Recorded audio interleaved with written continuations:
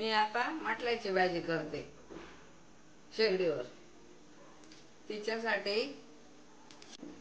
तिला निवडून घ्यायची मटल्याची भाजीला. मग तिला गरम पाण्यात उकडून घ्यायची आणि स्वच्छ पाण्याने धुवून घ्यायची. थोडी तिला विकून घ्यायची. आता ही भाजी टाकायचं साहित्य: कांदे, जिरं, हळद, लसूणची चटणी आणि मीठ. ही भाजी आहे ना, तिला उकडून घ्यायची गरम पाण्यात. फवारणी राहते ना, ती निघून जाते. चांगली व्यवस्थित धुवून टाकायची आणि मग करायची.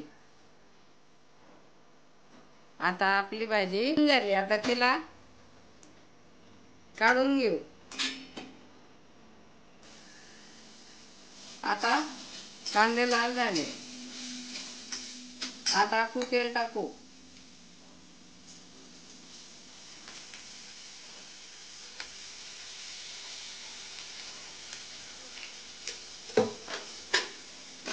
तीन पळ्या तेल टाकलं.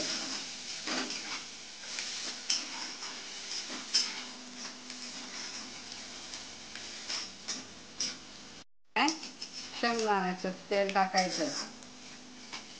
भाज्या एकदम चविष्ट येतात. आता जिरे टाकते.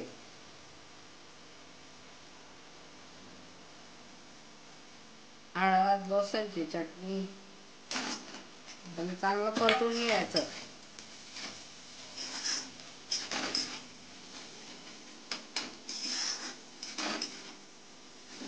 झालं. आता आपण भाजी टाकू.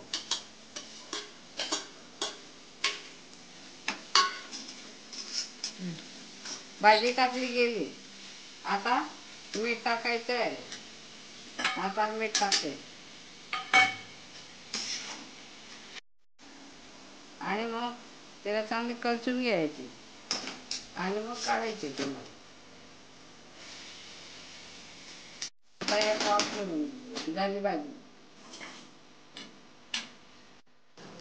ही मटल्याची भाजी झाली. आता या खायला चटचटीत भाजी, पटपटीत, अगदी छान.